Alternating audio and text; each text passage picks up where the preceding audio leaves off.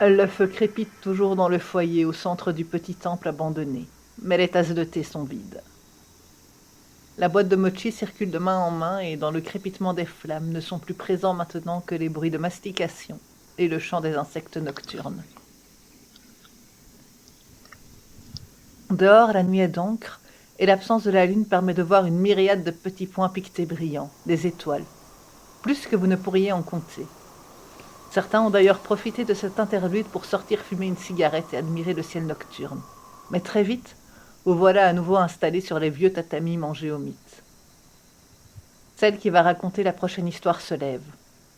Ses cheveux aux mèches chatoyantes, roses, bleues, mauves, se croisent devant ses yeux, et sa manicure est parfaite.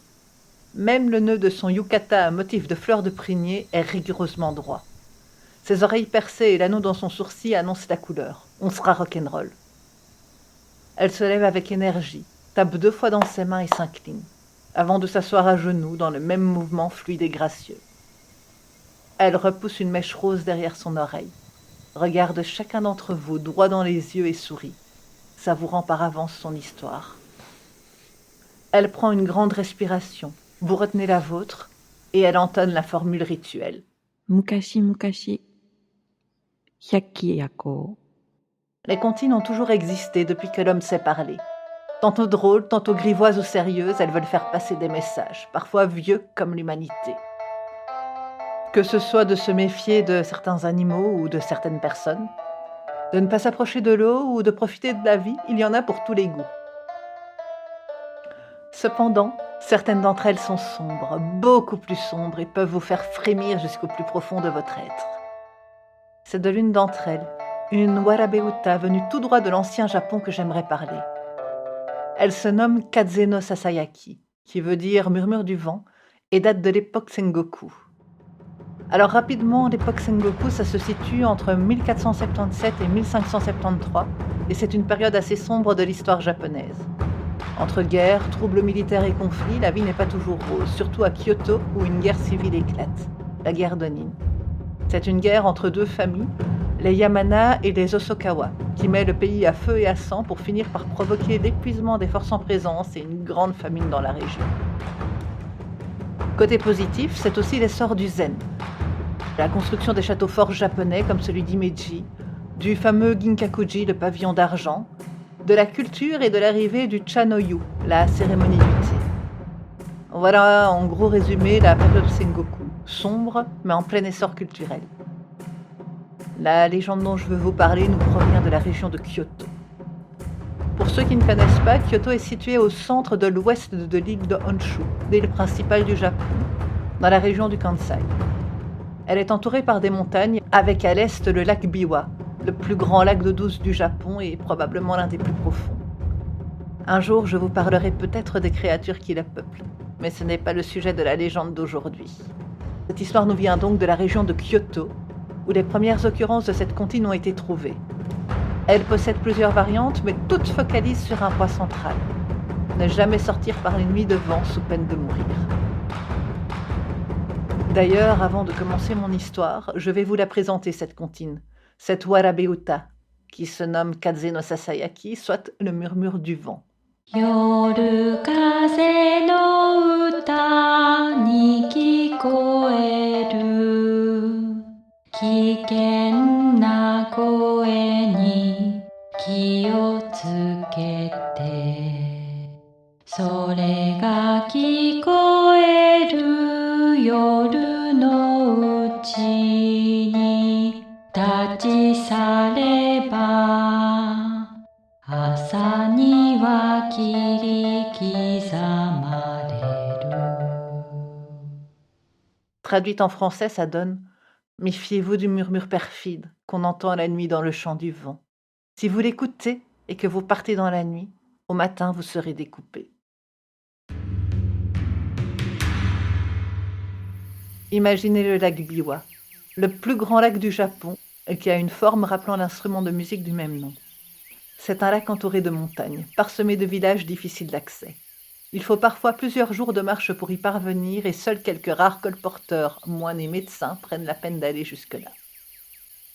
Sur l'une de ces montagnes, la montagne Mitekoyama, qui culmine à 970 mètres, se trouve un petit village nommé Kusomura.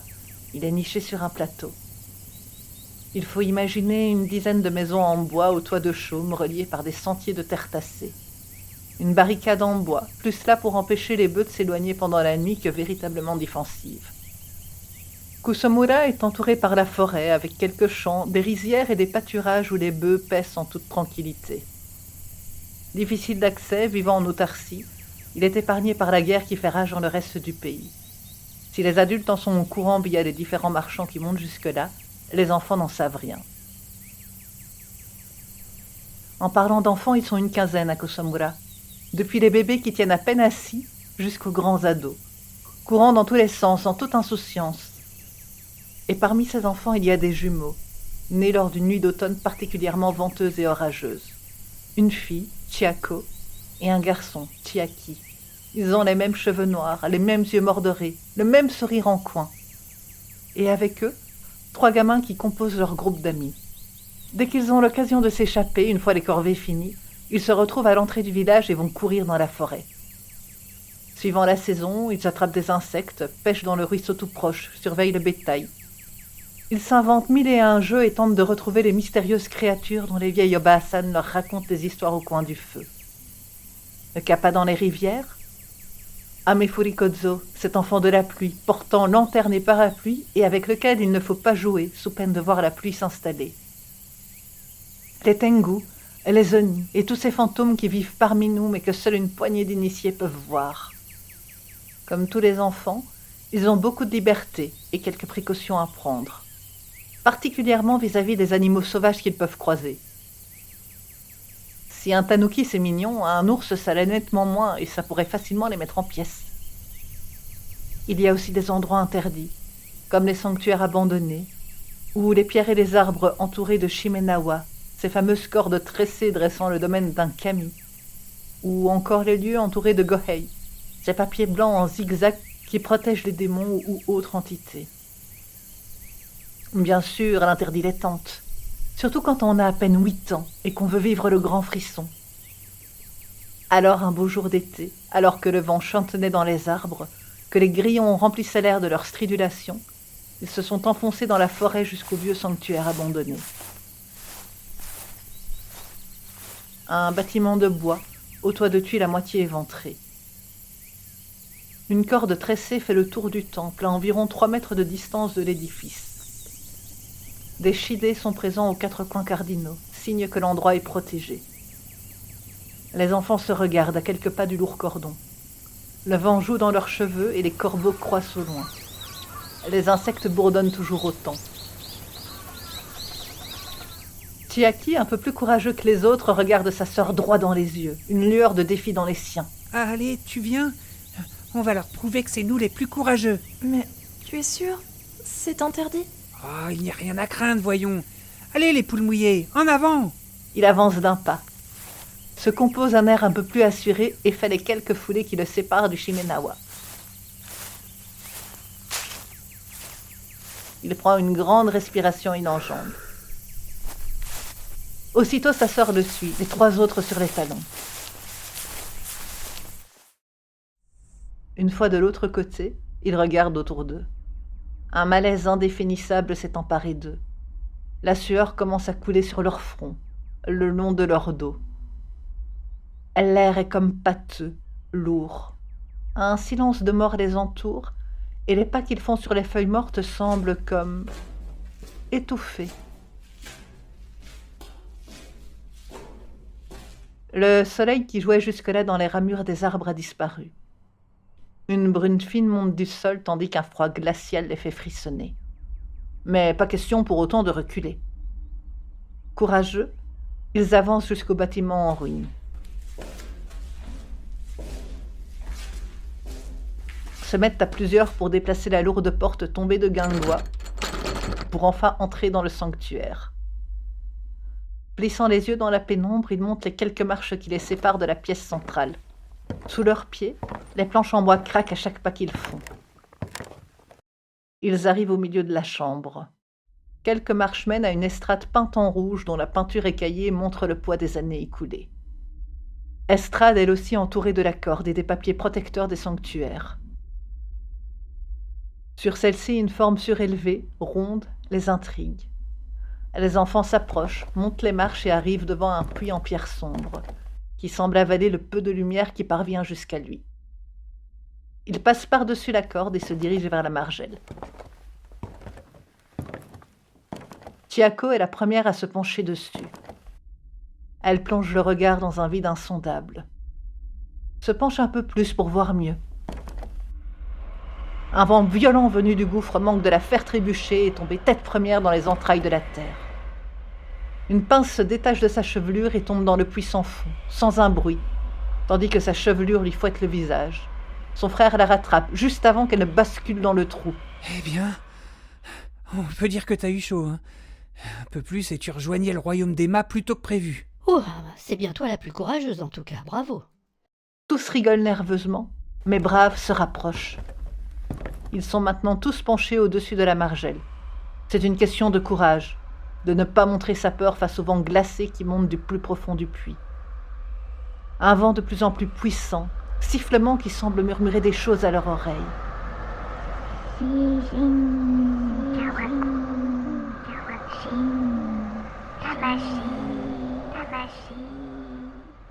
Les enfants se regardent, effrayés. Tu as entendu quelque chose? Ah non, non, rien du tout. Et toi? Non. Enfin, je sais pas. Mais... cet endroit est vraiment trop effrayant. Je veux rentrer maintenant.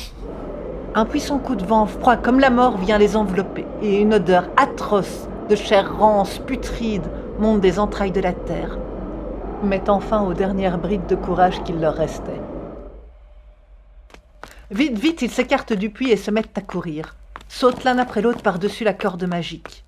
L'un d'eux se prend les pieds dedans, se raccroche au talisman pour tenter de ne pas tomber, mais les déchire dans sa chute, avant de s'étaler de tout son long. Il se relève en se frottant les genoux, terrorisé à l'idée de se faire distancer par les autres et de rester seul dans ce temple macabre. Aucun d'eux n'a remarqué la corde rompue, ni la noirceur qui monte du puits, telle de l'eau remontant de la terre, et qui s'avance prudemment vers le Shimenawa, avant de passer lentement la frontière ainsi brisée. Ils sont déjà loin quand ce vent noir et brumeux sort du sanctuaire, faisant volter les feuilles mortes, puis passer la frontière entre les autres mondes et le monde réel. Dans la montagne, les oiseaux chantent insouciants, ours et renards chassent le gibier. Le tourbillon sombre s'approche d'un renard, l'entoure. L'animal glapit. Le vent vrombit. Bientôt, il ne reste plus que fourrure, lambeaux de chair et morceaux d'eau à la place du petit animal. De retour chez eux, les enfants n'ont évidemment rien dit. D'ailleurs, depuis leur escapade, les adultes semblent les ignorer. Ils ont bien entendu des cris quand ils sont rentrés, beaucoup trop tard apparemment, mais depuis, plus rien. Ils se terrent, restent toujours ensemble. Et la nuit, dans la moiteur de ces nuits d'été, ils sont 5 à faire des cauchemars horribles, à rêver qu'ils se font dévorer par une entité, et pire encore. Le temps passe et les voilà maintenant amaigris, pâles et avec d'énormes cernes. Ils sursautent pour un rien. De leur côté, les adultes se plaignent du gibier qui devient moins nombreux, des bêtes qui disparaissent et dont on retrouve parfois des morceaux macabres. Ils se murmurent qu'un ours particulièrement violent et vicieux serait le coupable. Les Obaa-san, ces vieilles grand-mères, scrutent le groupe des jumeaux, leurs yeux perçants plongeant jusqu'au cœur de leur âme. Mais ils sont forts, et ils résistent à l'interrogation muette des anciennes. Et chaque nuit, les enfants entendent le murmure du vent. Chiako et ses amis y entendent une promesse de mort violente, lente et douloureuse, une agonie pour le corps et la disparition de l'âme.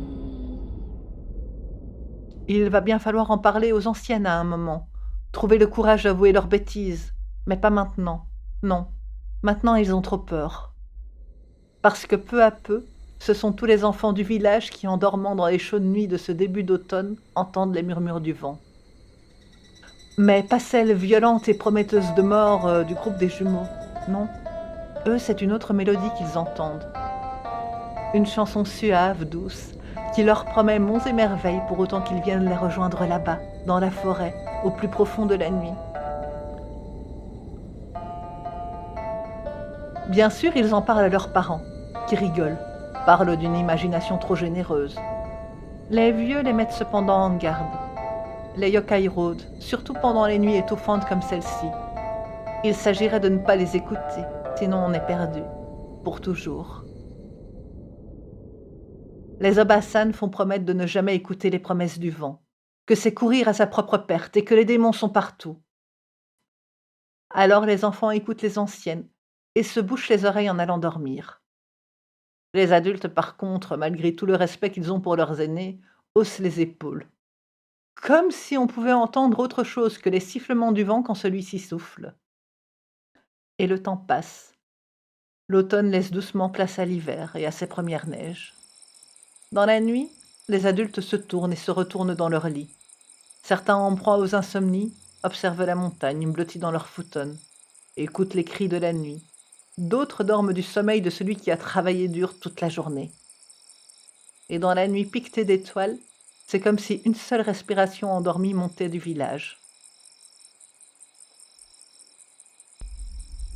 Et puis, les murmures du vent parviennent aux oreilles du premier, dans une brise chaude.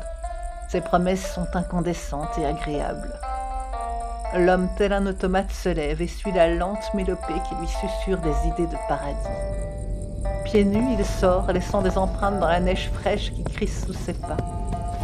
Il quitte le village, longe le chemin et puis se perd dans les bois.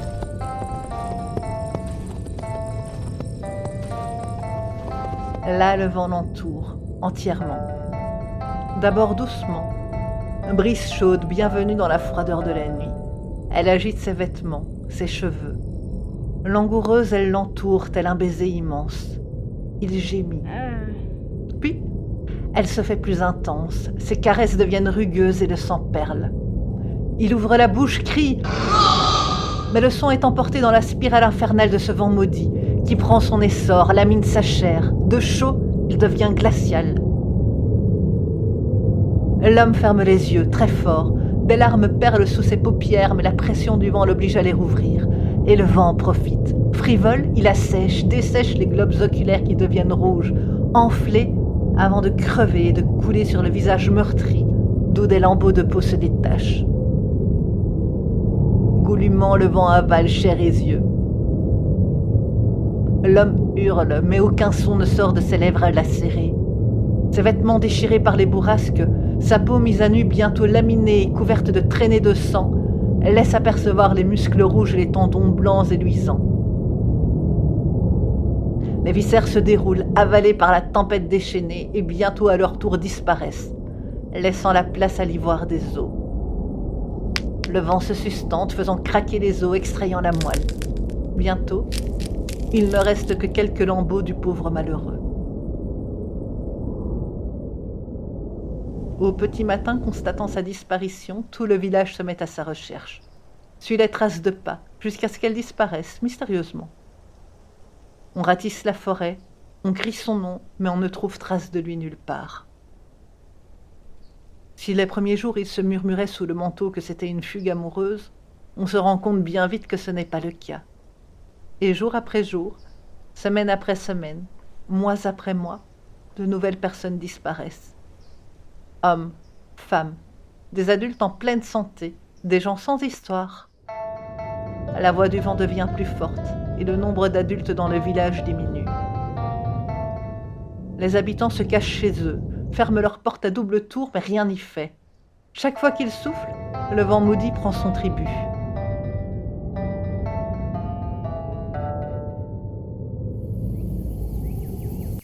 L'été réapparaît avec ses nuits chaudes et étouffantes. Et toutes les nuits, les enfants entendent le chant du vent.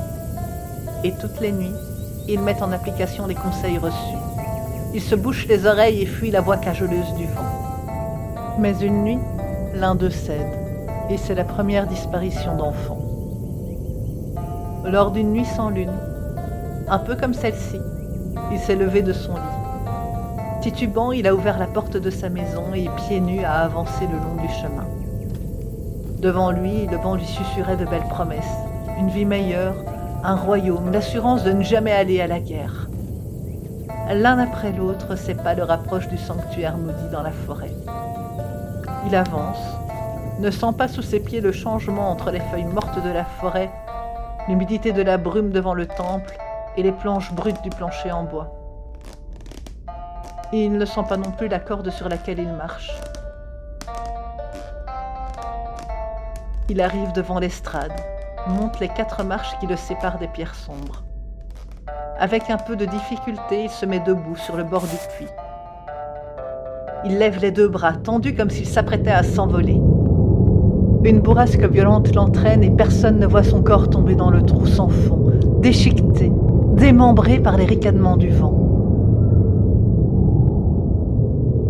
Un à un, tous les enfants du village disparaissent. Les parents ont beau les attacher, les veiller pendant toute la nuit, au petit matin, il ne reste que des futons vides. Et l'hiver, des pas dans la neige qui disparaissent dans la forêt. Bien sûr, cela a pris quelques années, mais bientôt, il ne reste que les jumeaux et leurs 3 amis, prostrés, épargnés de l'étrange attirance de la voix du vent, dont ils entendent la vérité et la mort qu'il promet.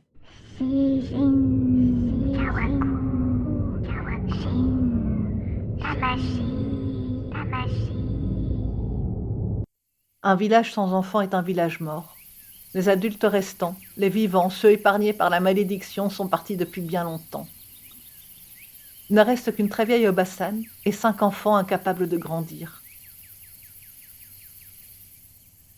Les bâtiments tombent en ruine et tous les soirs, la vieille chantonne une comptine qu'ils ont appris à connaître. 夜風の歌に聞こえる危険な声に気をつけてそれが聞こえる夜のうちに立ち去れば朝には切り刻まれる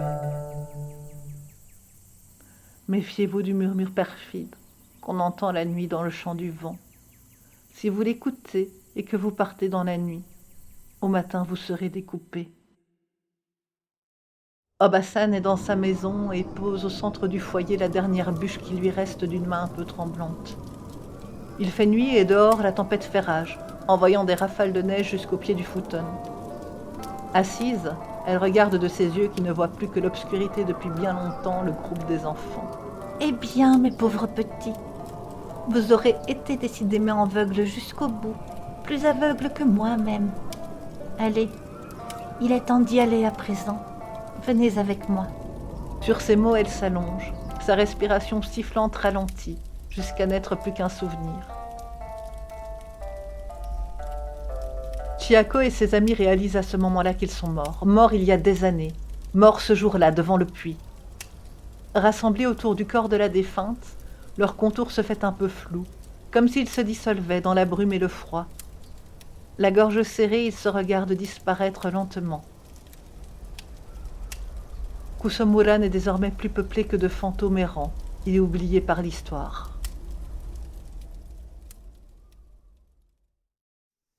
Chaque année, près de 9000 personnes disparaissent sans laisser de signe de vie dans la préfecture de Kyoto. Parmi ceux-là, combien ont été dévorés par le vent? Méfiez-vous, voyageurs qui passez dans la région de Kyoto, et plus particulièrement à proximité de Minetokoyama. Si vous entendez le murmure enjôleur du vent, ne le suivez pas. Vous risqueriez de devenir sa prochaine victime.